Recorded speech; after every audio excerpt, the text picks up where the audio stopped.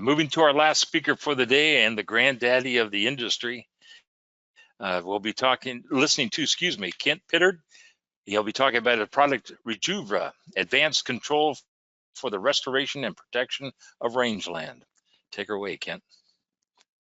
Okay, thanks, Jim. I guess, can you see my screen okay? Or no, it says show my screen, or click on show my screen. Okay, let me know when the screen comes up. While we're waiting for that presentation to show up, I'd like to take just a minute to thank the Wheat Conference Board and the Invasive Species Council for all the efforts they put in to make this conference happen this year. Having been a part of this weed board in the past, I know how the challenges can be, but a pandemic is an entirely new one. So thank everyone for all their efforts to get the conference together. Is my presentation showing up, Jim? I can't see it yet. It is, sir. I'm showing Rejuvra and your picture above it. Okay, great. Okay, so we'll get moving on here. Yeah, what I'm going to be talking about today is a new product from Bayer called Rejuvra herbicide. And it is aimed at restoring and protecting rangeland, natural areas, and CRP lands. And for me, and I've been in this industry a long time, longer than I really want to admit on the webinar this morning, this is one of the active ingredients that has me the most excited for the future of what we'll be able to do to benefit a lot of the lands in the Western US. And I'll explain why I feel that way as we go through this presentation. I do want to point out at the bottom of the screen, get my pointer back up here, the website www.rejuvra.com. I'm going to go through a fair amount of information, but there's a lot more about Rejuvra that I can't cover in this time frame. Go to that website and you will be able to find the product label, the MSDSs, some webinars that were recorded earlier this year that cover an awful lot of information about invasive annual grasses and about Rejuvra in specific. So remember that website. It's pretty easy, rejuvra.com. It'll be a great asset for you to learn more about this product as we go forward. Just quickly wanted to remind everybody about the long list of products that Bayer provides to the industrial, range and pasture, and forestry business here in the Western US. Of course, this morning I will be focusing on Rejuvra. And I did want to mention that it is currently available in 2.5 gallon containers. It is a liquid. We'll talk about the rates. It's currently available in 2.5s. We got a lot of feedback in this introductory year that they needed smaller package sizes. A 2.5 at the standard use rate will cover about 64 acres. So we've had a request to use smaller package size or bring smaller package sizes, and we should have quarts available sometime in the spring of 2021. So you should see those come on the market shortly. Okay, if you're familiar with Esplanade, Rejuvra is the same active ingredient. It's indaziflam. In fact, it's the same formulation, but some of the uses that have been on the indaziflam label as Esplanade 200 SC are now going to be ported over and included on the Rejuvra label. Some of the ones that have been on the Esplanade for several years now are for use in natural areas. These were non-grazed areas like parks, wildlife management areas, fire breaks, fire rehab, prairies. So we've had a lot of particularly government customers, both state and local, some park service, some wildlife management folks that have been using Esplanade in the past to help restore some of these rangeland type areas, but more natural areas. So going forward, those uses are going to be available on the Rejuvra label. Probably the most exciting thing about the Rejuvra label, though, is it's now going to be and is recommended for use in rangeland settings. We hadn't had a grazing tolerance for an indaziflam product until this year. Earlier this summer, the EPA granted us approval of a grazing tolerance for indaziflam. That's when we came out with the product Rejuvra. It was fully registered by EPA. I think it was around midsummer, and then the states started approving it as well. So we're pretty well covered now on most of the Western states, with the exception of California, with having state approvals and state labels for the use of Rejuvra. So what are the key species that this product is going to give us immediate benefit and help in control? Well, it's these invasive annual grasses that I'm sure many of us have come to know. I won't say love, but at least come to know. Species like cheatgrass, of course, that is a weed across the US, but in the Western US, it covers something like 55 million acres. And along with that, we've now got Medusa head and Vetnata. They've been around for a while. They're expanding actually through Washington, Oregon, and Idaho towards the east, and there's about 15 million acres roughly of each one of those. So lots of infested ground with these very invasive annual grasses. Bulbous bluegrass is another one that's starting to show up a lot more, at least in the area that I cover here in the Pacific Northwest. And there's more grasses on the list as well. In fact, there's a long list of grasses that Rejuvra will control. I would refer you to the label for those. What you're seeing on the screen right now are some of the really key ones that this product is already bringing a lot of value to our range and natural area customers to help us get a better handle on. And we'll talk a little bit about what that better handle looks like. We don't have, you see feral rye listed on there with an asterisk. We got most of these species we will control very readily from seed. Obviously, feral rye is kind of a two-shot approach on that one. Again, that's mostly in the Colorado area, I believe, that Rocky Mountain area. I haven't seen a lot of it out here, but all that information is really included on the label. So here was one of the key things that our rangeland customers in particular were really wanting us to go after, and that was getting this grazing tolerance. So with Rejuvra, after an application, you can graze immediately, and we'll talk a little bit more about some of the aspects of the product as we go through the presentation. But for truly sound management of using Rejuvra to help control these invasive annual grasses, first of all, you need to allow time for rainfall to move it into the soil. And you'll see that the points I'm talking about at the top of the slide, the answers are basically in order on the bottom of the slide. So you need to have rainfall activation before you get a lot of animal activity on that site, because if you get a lot of hoof traffic, a lot of movement, you can disturb the soil or disturb that application pattern and get some redistribution of the herbicide, and we don't want it to be leaving any of those kinds of weed breaks.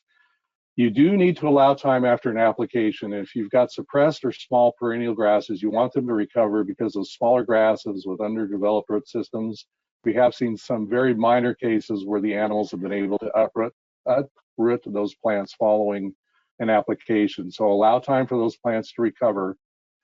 You do want to treat fairly large areas to help prevent concentrating your livestock in small areas, and then plan on adaptive management. Animals will be attracted to these annual grass-free areas. They'll want to congregate there. It will increase their impact in those small areas, and because they're overutilized, sometimes that can have negative effects on the treatment as well. So you just need to monitor that and actively monitor your grazing patterns and management. I'm not going to go into a lot of depth about the economic benefits of Rejuvra to ranchers, but I already mentioned that there are some webinars that have been recorded and are posted on rejuvra.com. And also they've been added to, we have a Bayer vegetation management YouTube page. These webinars are also posted on there as well. So they're really easy to find.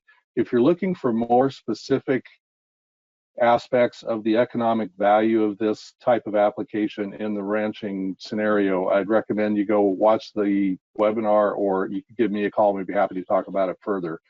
A few of the key points though: for optimal efficiency and profitability, livestock operations typically want to graze on those rangeland areas for as many days as possible. And over 80% of the average beef animal's diet does consist of those grazed cellulosic forage resources. Cattle are grazing on over 800 million acres that are truly inadequate for raising food for human consumption, and 90% of the forage they're consuming is also edible by humans. So these Rejuvra applications offer upcycling and environmental benefits that will dramatically improve with the control of invasive grasses and subsequent improvement in forage quality and yield. We have lots of data showing just how effective this application is. It started with some work at the Colorado State University back in about 2015, 2016. Those tests have expanded to other universities across the Western US, many other cooperators as well. You can see some of the numbers up here, over 130 replicated field trials with several universities, lots of faculty and grad students involved. So there is a lot of background information that supports what we are recommending and what we are seeing with these Rejuvra applications. So what I'd like to do is try to give an idea of what the added value that this particular application is really going to bring to these rangeland and natural area customers. If you look at this particular graph, what you're seeing is the percent of invasive annual grass cover. And this is on several tests. You can see the number of observations that have been done down the right side per each application. So we've got materials, we've got products that have been used for several years, like Plateau and Matrix, that are very effective at controlling these same annual invasive grasses. And in fact, when you look at the first summer after treatment, you can see compared to untreated, which was an average of 55% covered, the Plateau and Matrix had reduced those coverages down to what we would normally expect, around maybe 10 to 15% remaining cover of the invasive annual species that we're trying to control. Rejuvra at 5 ounces per acre had done a very similar job in the first year. Now the difference starts to come in year 2. We know that with the standard materials we've been using, they're fairly water soluble, they're ALS inhibitors generally speaking, and they tend to break down fairly quickly. And in that first season after application, they'll do a nice job of control. But when you start getting into that second season, the product is broken down. There's still a huge amount of seed in the seed bank that has been placed there by those invasive grass species. And that starts to resurge, it starts to reoccupy the site. If you'll notice with the Rejuvra at 5 ounces, I'm actually going to back up a slide. And you can see in the first year after application, we were getting an average of maybe about 13% control. In the second year after application, the average actually went up. And we see this with Rejuvra applications with indaziflam. It needs to be in the soil profile activated so that it can prevent seeds from germinating, the target grass and broadleaf seeds. If we get it applied a little bit late and there's already germination in the season of application, those plants will probably survive. I've got some more pictures and information on this coming up. But by the second season or after application, the Rejuvra has been fully activated. It's there when those next generations try to get going. And it actually, we quite often can see better control in the second season after application. The rubber really hits the road when you start getting out through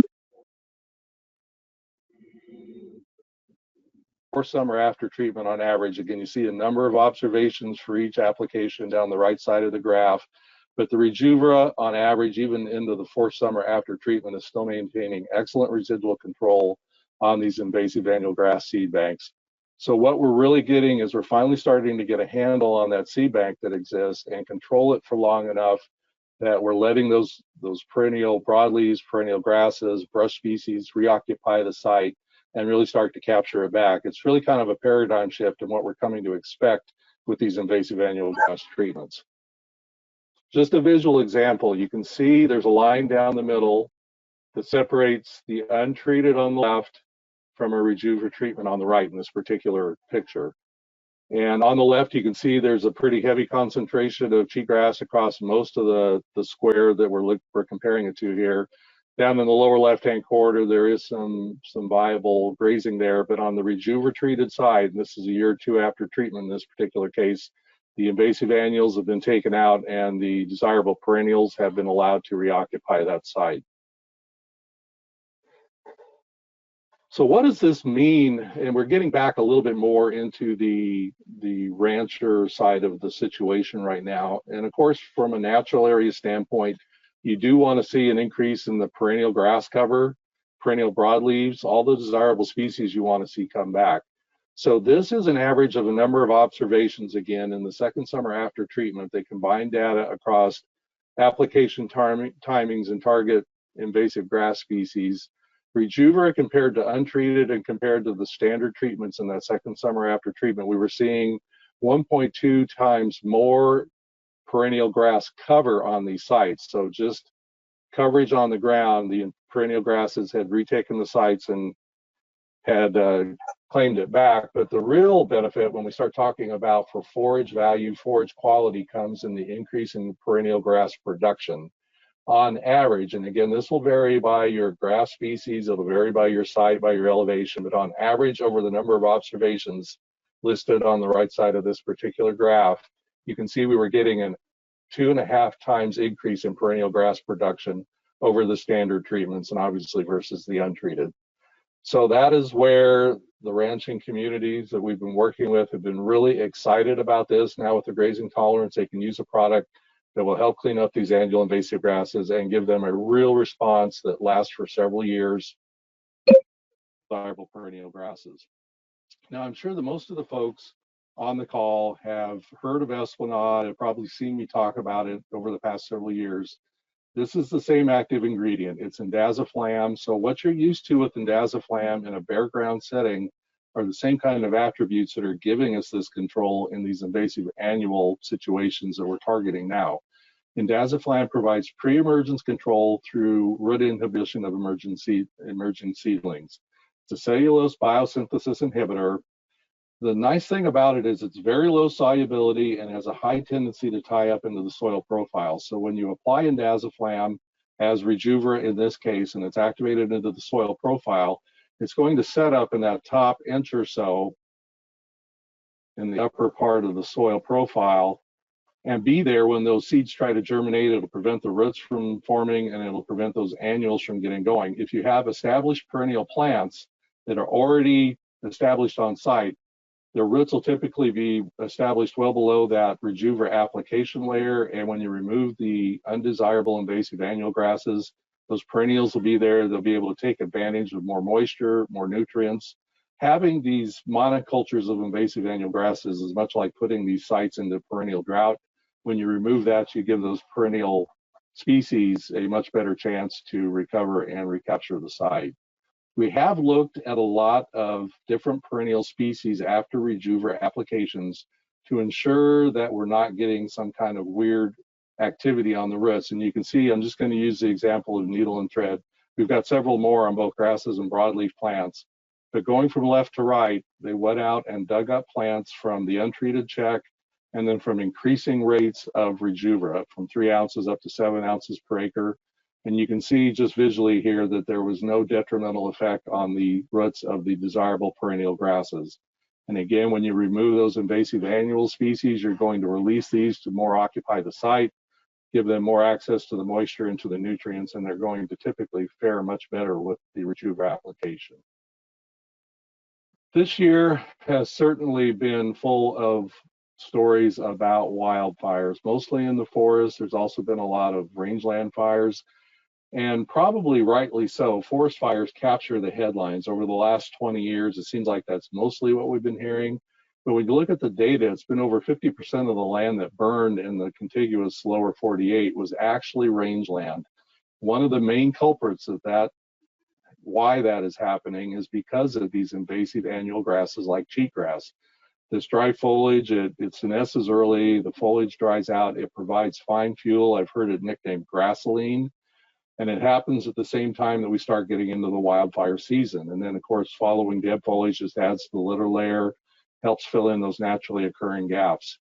These large wildfires, be they forest or rangeland, the rangeland ones devastate these rural communities. Of course, they impact the economy and the environment.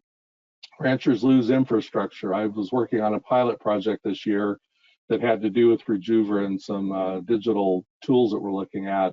And one of the pilot participants I was working with had a fire run through his place. He saved I think he said the barn and the house, but he lost most of his other infrastructure and a lot of animals. I'm not sure they've still found them all.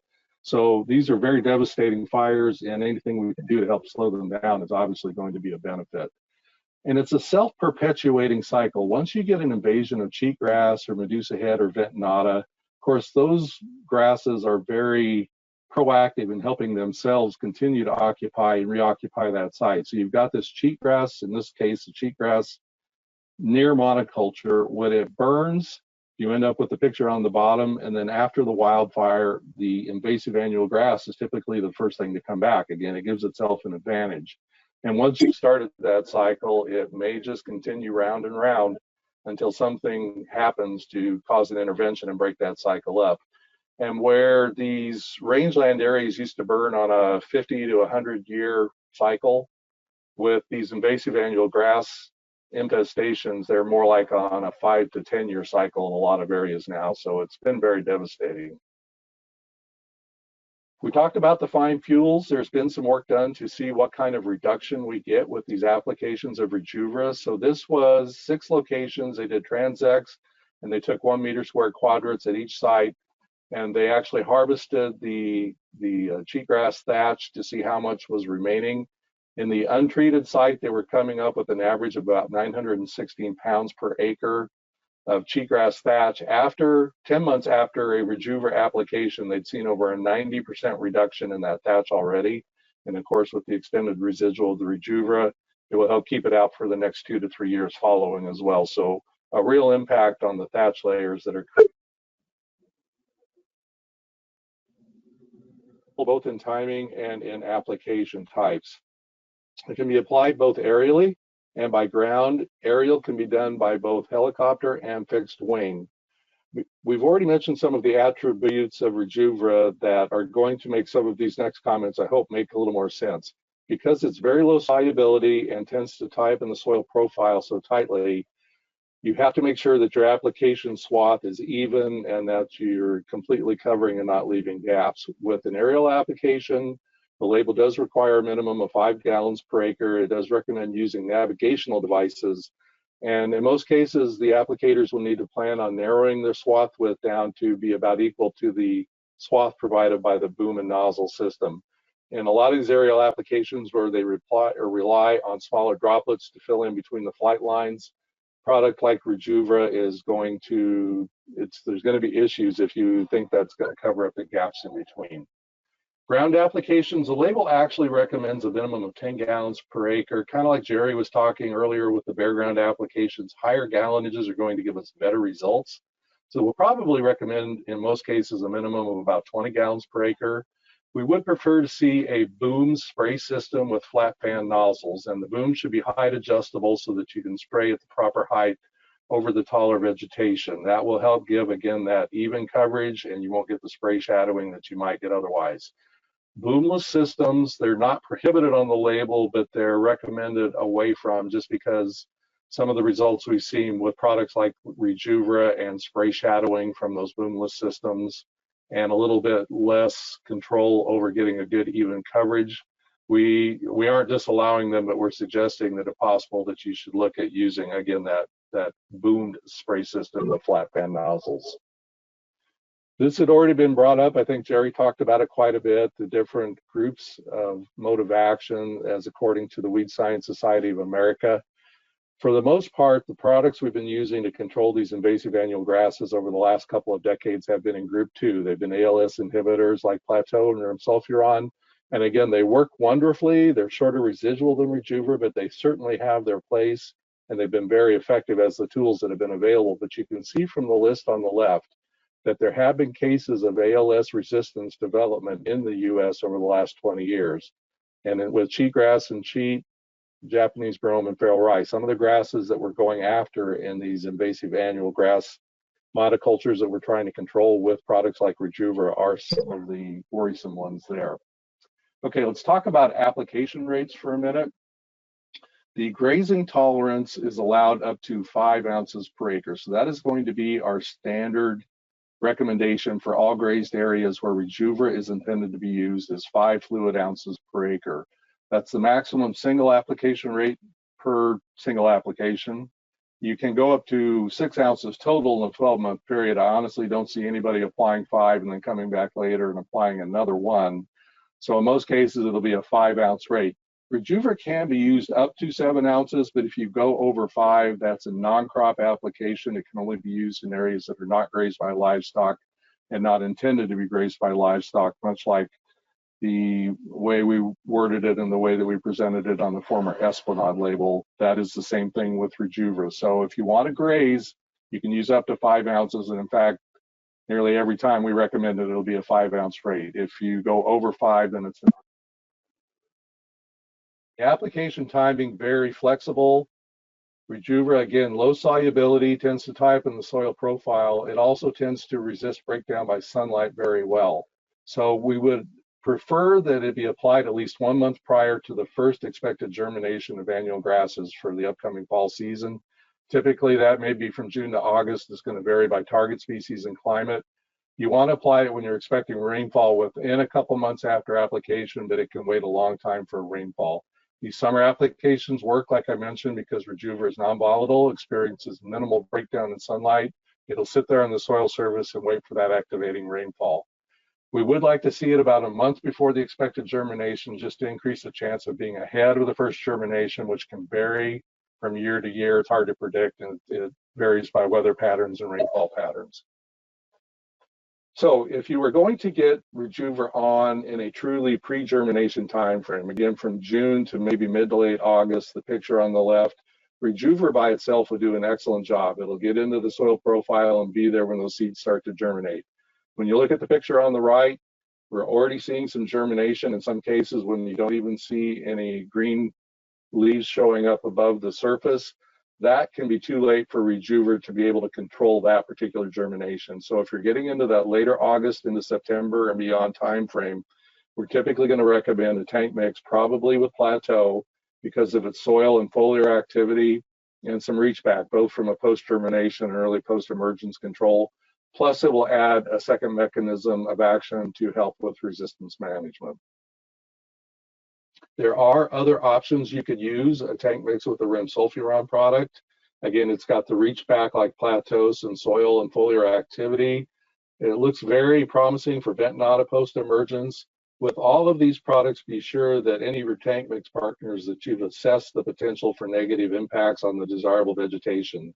They all have their timing, they all have their rate ranges, and they all can be detrimental to the desirable vegetation if used improperly or at the wrong time. So read the labels and be sure to understand those potential outcomes before using these materials. Along with releasing the desirable perennial grasses and broadleaves, we've seen excellent response from a lot of the brush species in these treated sites. This is again is data averaged over 6 sites in Boulder County. Vital food sources for a lot of our wildlife like elk and mule deer include rabbit brush, bitter brush, winter fat. In this particular graph, the dark bar is the untreated, the light blue bar by species is a couple years after, 2 to 3 seasons after treatment with Rejuvra. You can see that those desirable brush species have rebounded really well as well. Just a quick visual example on the right, that's winter fat. You can see the Rejuvra has released the brush, has released the desirable perennial grasses compared to the untreated on the left, where it's still buried in a heavy thatch of and a heavy stand of cheatgrass. So just some visual examples there. Here's another one, untreated on the left, heavy cheatgrass infestation. You can see the desirable perennial grasses are gone, or not gone, they're being suppressed. The brush is being suppressed. On the right, the Rejuvra has released the brush and the desirables, and it's just visually very different. I know I'm getting down on time here a little bit, so I'm going to try and make sure I get through some of these final points. The increased number of native plant species, they've gone out, Colorado State's gone out and checked several sites and counted the number of rare and native plant species, especially forbs, and they see that they increase after a Rejuvra application. More work's going to follow on this. They're very excited about seeing some rare species start to come back that they weren't sure even existed on these sites anymore. Some of the harder to control broadleaf species, some of these were mentioned earlier in other presentations. Common mullein, Dalmatian toadflax, and diffuse snapweed, they're typically treated with a combination of Telar and Tordon, or maybe Tordon alone. What you're seeing here, the dark blue bars are 3 seasons after a single application of either Tordon or Tordon and Telar, and the percent control has started to wane by then. When they did combination applications with Rejuvra, they were able to keep those species out much longer. And in fact, here's a visual example of that.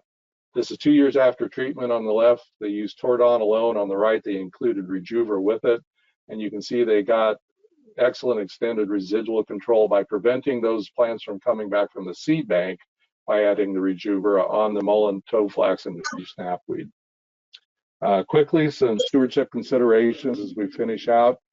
I mentioned earlier the need for proper application and making sure you get a good tight swath so that you don't get gaps between them, and you've got good even application across the swath, because Rejuvra is tied tightly into the soil, doesn't move, low water solubility, and because these invasive annual grasses have put millions of seeds into these seed banks, if you get weak spots in your application, they will show up.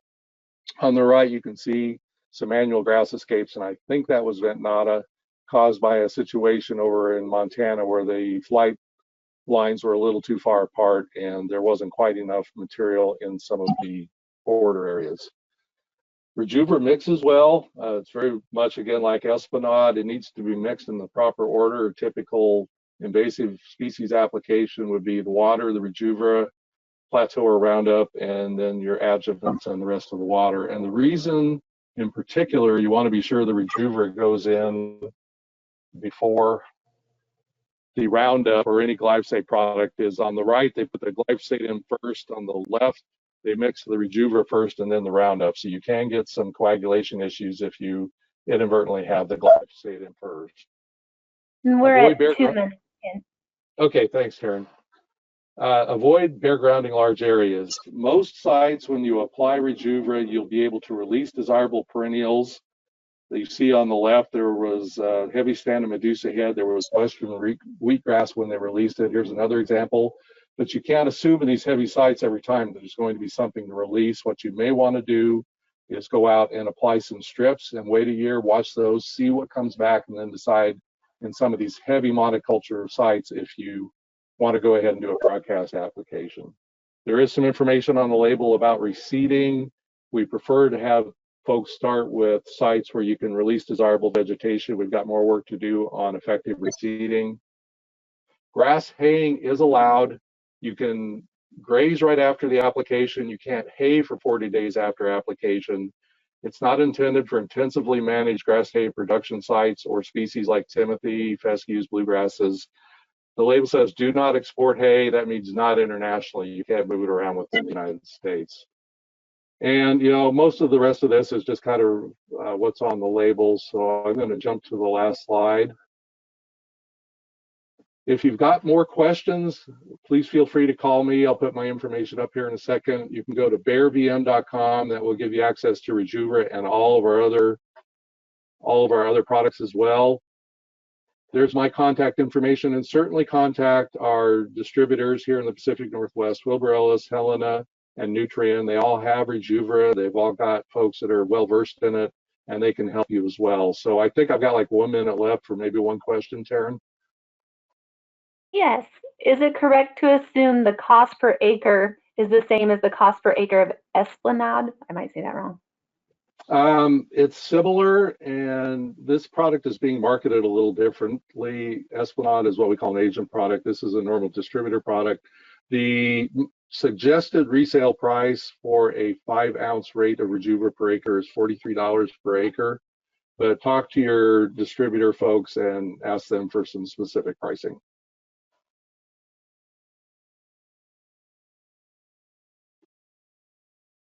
Okay, is that it? I do thank you for the time. Thank you, Kent. Wonderful job. Appreciate all the information and the help here.